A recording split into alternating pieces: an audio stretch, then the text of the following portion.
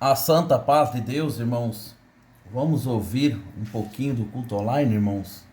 Está em Hebreus 10, hoje, dia 2/3/2025. Palavra do culto online às 10 horas. Deus abençoe a todos. Os que faziam, pelos milagres que realizava, mas os seus olhos estavam entenebrecidos, cobertos pelas trevas do pecado e não podiam enxergar.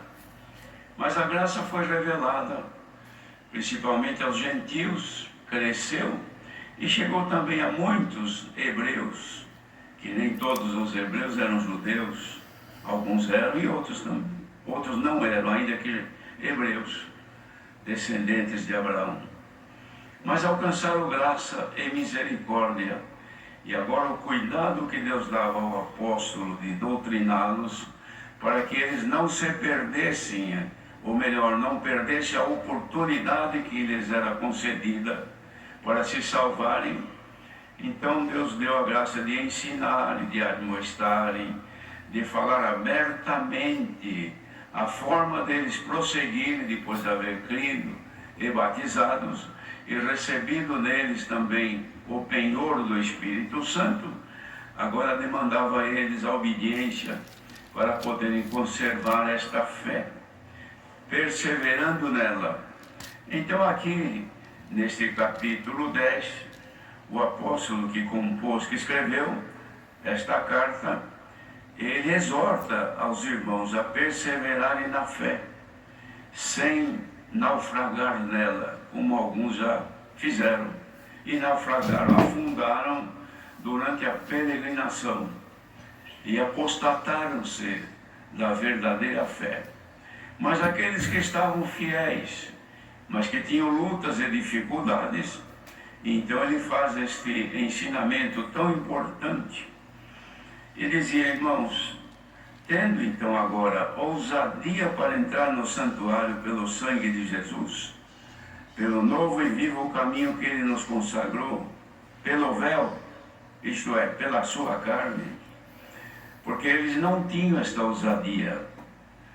Conheciam a lei de Moisés, mas não tinham ousadia para chegar-se perante o Senhor pela fé, porque a fé, que é dom de Deus, eles não tinham através dela alcançado a misericórdia da redenção da vida que tinham e serem tirados do poder do pecado e estarem agora na graça do Filho de Deus. Então dizia: pelo novo e vivo caminho que ele nos consagrou. Irmãos, vivo caminho.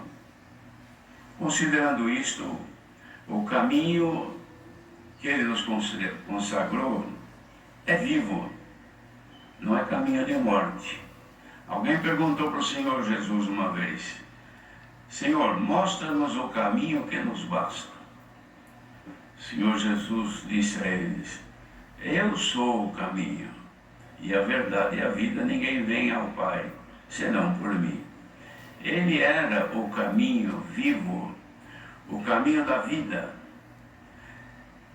Isso porque também há no mundo caminho da morte.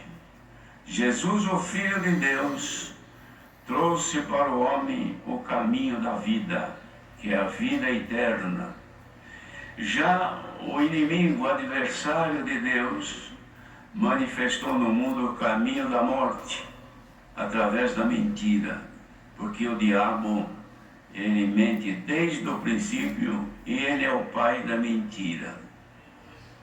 Entenderam? Então tem dois caminhos: o caminho da morte e o caminho da vida. Nós, pela graça de Deus, pelo novo e vivo caminho, o Senhor nos consagrou, isto é, nos colocou e nos instalou nele, para que nós possamos caminhar. Isto por causa do sacrifício que ele ofereceu o seu corpo para abrir este caminho.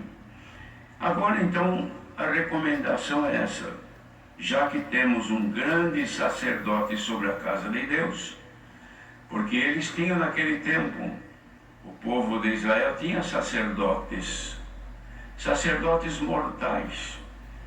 Tanto é que não eram um só, tinham vários sacerdotes. E eles, enquanto tinham vida e condição, podiam atender o povo. ficou enfermo, mudou-se, perdeu-se no sacerdócio, não atendia mais. Então era um sacerdote imutável, estava sempre em mudança. Veio o Senhor Jesus como sacerdote eterno, idôneo e compassivo, que se compadece daqueles que a ele se achegam.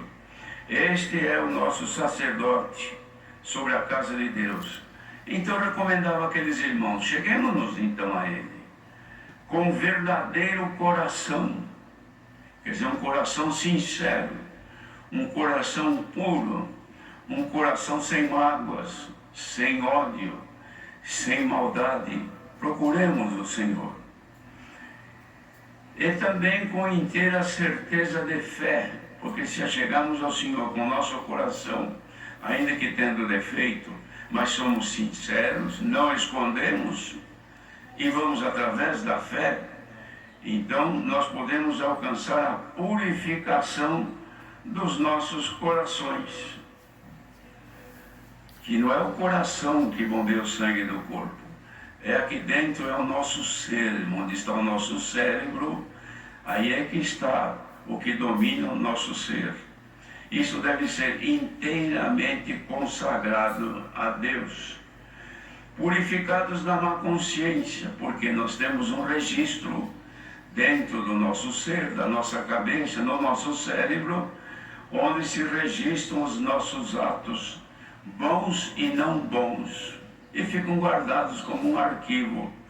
Quando tem coisas que não são boas e estão escondidas dentro da nossa consciência, que ninguém tem direito e nem poder para exercer sobre a consciência de outro, somente a pessoa que pode saber o que está em sua consciência.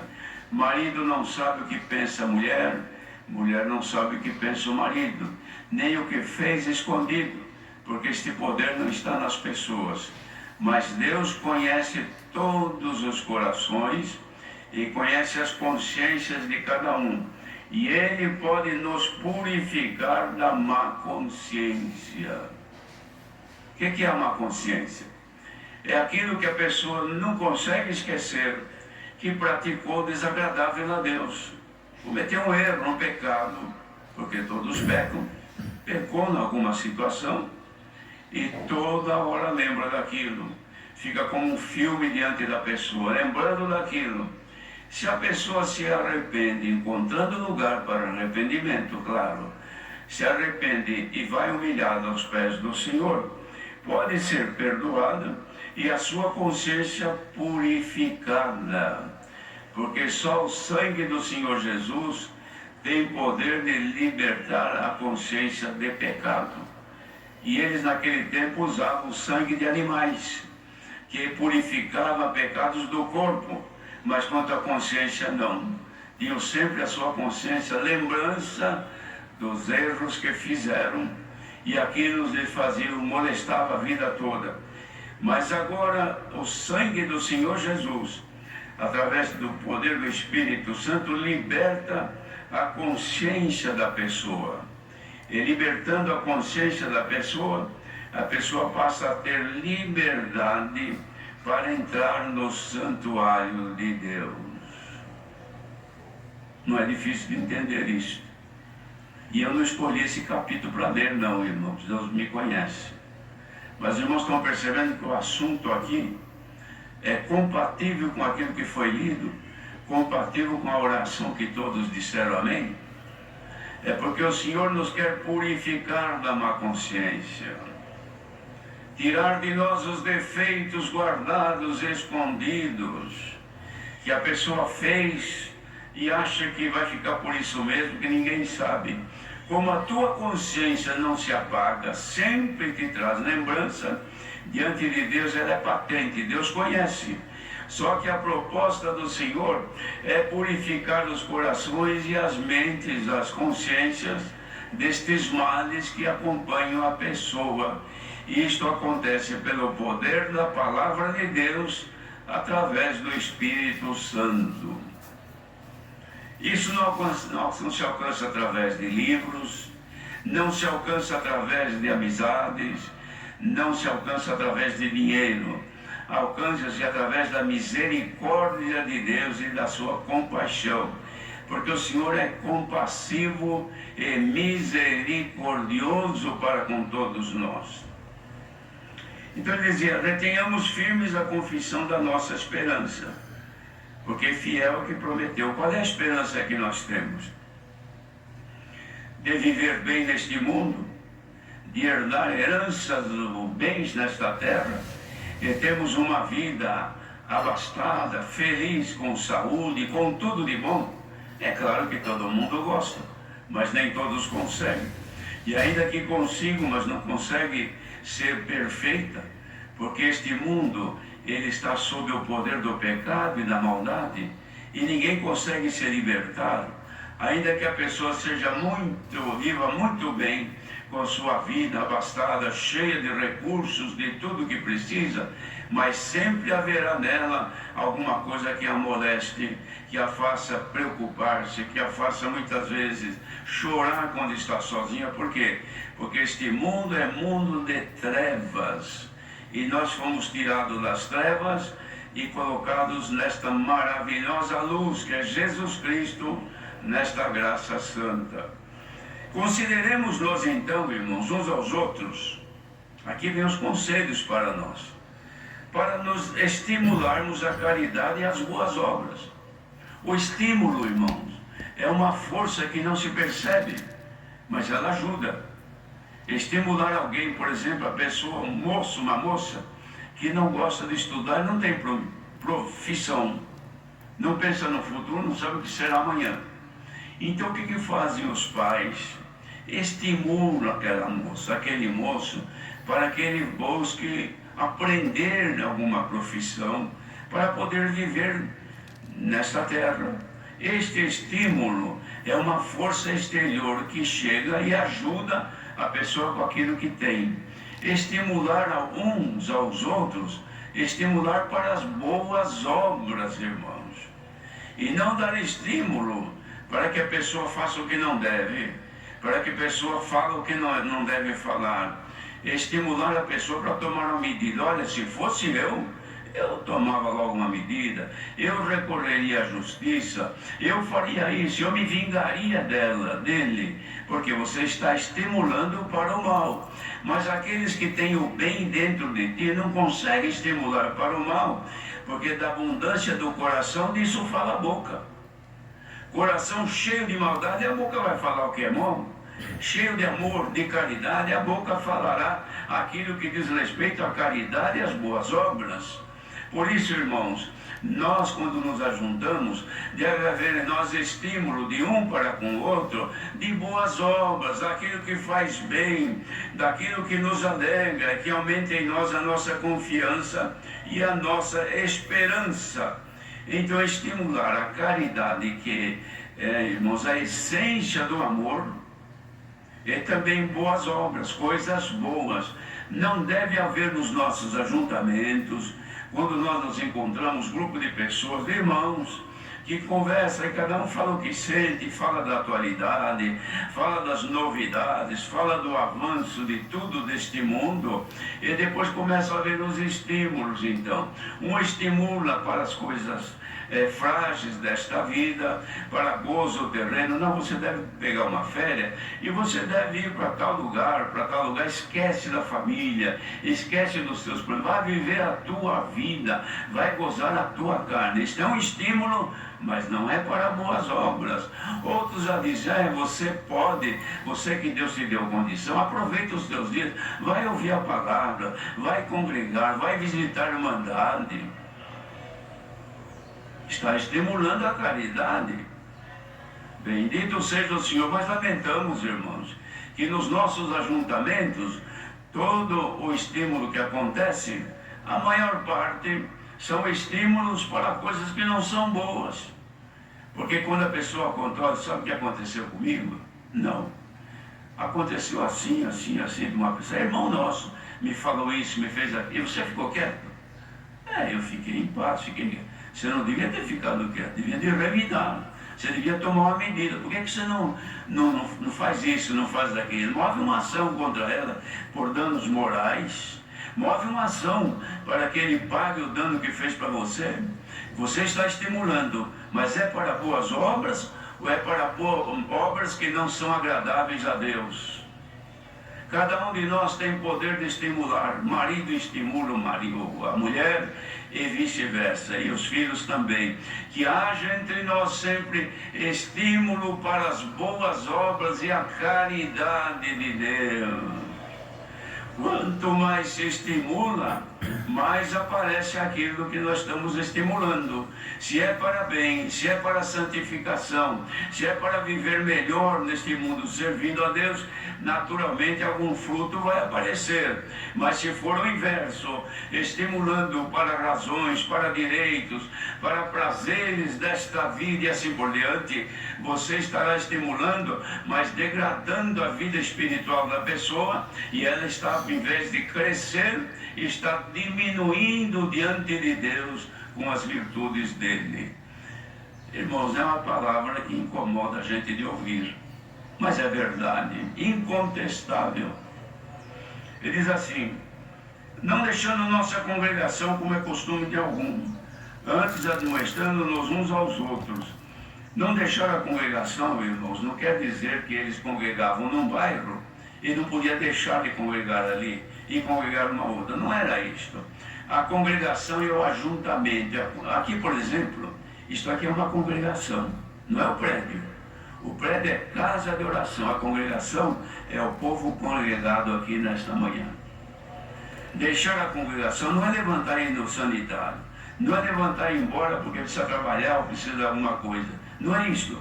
Deixar a congregação, afastar-se da comunhão da igreja. Então a pessoa pode estar até no meio deles, mas não tem mais comunhão, não tem mais paz ali, não se liga mais com ninguém, se sente mal no meio da comunidade. Então você deixou a tua congregação. Você está congregado, mas descongregado. Por quê? Porque não tem mais comunhão com a igreja. Irmãos, é difícil isto, mas existe. Senão o Senhor não falaria. Mas admoestamos-nos uns aos outros, tanto mais quando nós estamos vendo que os dias terríveis estão se aproximando. Ajudemos-nos uns aos outros, orientemos-nos um ao outro, para que possam crescer na fé, na esperança, no amor, na comunhão, na alegria em servir a Deus. Congregar com alegria, não é congregar por dever, congregar porque não tem onde ir. Eu vou lá hoje, eu congrego porque se eu não congregar meu marido fica bravo, minha mulher reclama. Não é por isso, congregue porque a tua alma precisa estar unida em amor. E depois diz, olha, se vocês pecarem voluntariamente, isso é, pecar por vossa livre e espontânea vontade, depois de termos recebido o conhecimento da verdade que está acontecendo aqui hoje, não resta mais sacrifício pelos pecados. A pessoa peca, conhecedora que aquilo não se deve fazer, que desagrada a Deus, que entristece o Espírito Santo da graça, mas a pessoa de forma deliberada faz, age e assim por diante, não há recurso, não resta mais sacrifício. E o que resta? Uma certa expectação horrível de juízo, medo de ser julgada a pessoa. Meu Deus, eu fiz isto, eu fui na festa do carnaval. Sabia que eu não devia ir participar dessa algazarra maligna e diabólica, mas eu fui ontem, eu vou hoje, eu irei amanhã. De forma deliberada você vai, ficará sobre ti um certo ardor de juízo, e isso vai devorar os adversários e trazer-lhes um ardor de fogo pelo pecado que comete, porque faz plenamente consciente de forma deliberada. Então dizia assim: se alguém quebrantar a lei de Moisés, morre sem misericórdia, só pela palavra de 2 ou 3 testemunhas. De quanto maior castigo vocês cuidam ser julgado, merecedor aquele que pisar o Filho de Deus e tiver por profano o sangue do testamento, com que foi santificado e fizeram agravo ao Espírito da graça, irmãos, não resta sacrifício para estes que assim fizerem. E a palavra vem não é para aqueles que fazem, é para não se fazer estes males. Fugir do pecado, fugir da idolatria, fugir da maldade, fugir daquilo que agrava a bendita palavra de Deus. Jesus mesmo disse: minha vingança, eu darei a recompensa. E outra vez, o Senhor julgará o seu povo, que é o que está acontecendo hoje. Juízo de Deus pela palavra são manifestos na igreja. Quem teme a Deus e guarda os juízos do Senhor, teme e procura estar de acordo com a palavra. Mas horrenda coisa é cair nas mãos do Deus vivo. Horrível, irmãos, que Deus nos guarde, que ninguém caia nas mãos de Deus para castigo de sua desobediência, mas nas mãos de Deus, sim, para receber dele bênçãos que ele promete pela sua palavra. E aqui está, irmãos, sofrimentos e angústias deste mundo não faltarão sobre ninguém. Todos vamos sofrer, porque precisamos de paciência, suportar tudo, porque ainda um pouquinho só de tempo, e o que há de vir virá, que todo mundo está percebendo, e não tardará. Mas o justo viverá da fé. Esta é a fé que nós devemos perseverar nela, irmãos. Se a tua fé hoje é pequena, então você tem dificuldade de agradar a Deus. Peça ao Senhor que aumente em ti a fé, porque com fé poderemos agradá-lo neste caminho. Mas se ele recuar, se alguém recuar, a alma do Senhor, a vida do Senhor não tem prazer nessa pessoa. Mas aqui vem então um consolo para todos aqui, se é que todos recebem. Nós, porém, não somos daqueles que se retiram para a perdição. Queremos crer que quem veio ouvir a palavra hoje, ninguém quer ser entregue à perdição. Antes, todos nós queremos nos salvar, não é isso, irmãos? Porque se não fosse isso, estaríamos descansando, viajando ou passeando hoje. Mas estamos aqui dentro da casa de Deus. E podemos dizer, bom estamos nós aqui. Nós, porém, não somos daqueles que se retiram para a perdição. Deus nos livre, irmãos, de nos retirarmos para a perdição, para o pecado, para os desvários da cabeça dos pecadores. Deus nos livre disto. Mas nós somos daqueles que creem para a conservação da alma. Se a Irmandade é crente de fato, o Senhor manda a palavra nesta manhã para nos livrar da corrupção e dar a nós a conservação da nossa alma. Quem ouviu esta palavra, recebeu e creu, o Senhor te guardará para não desviar-te dos retos caminhos do Senhor. E permanecermos fiéis, porque o Senhor Jesus, um dia num discurso pesado que ele fez, alguém disse, Senhor, é melhor mudar o discurso, está indo todo mundo embora. E vocês não querem também? Mas um sábio dentre os 12, para onde iremos nós, Senhor? Tu tens as palavras de vida eterna. Estamos aqui hoje, ouvindo esta palavra, contente ou não, é palavra que nos induz a conhecer a vida eterna. Deus seja louvado. Tá aí, meus irmãos, grande palavra hoje, domingo, dia 2/3, Hebreus capítulo 10, a exortação a perseverar na fé. Tá aí, meus irmãos, Deus abençoe a todos. Lembrando a todos os irmãos que esse canal não é monetizado, tá bom, irmão? Mas se um dia nós conseguirmos as horas, nós vamos monetizar sim. Tá bom, meus irmãos? Irmãos, agradeço a todos. A santa paz de Deus. Fiquem todos com Deus.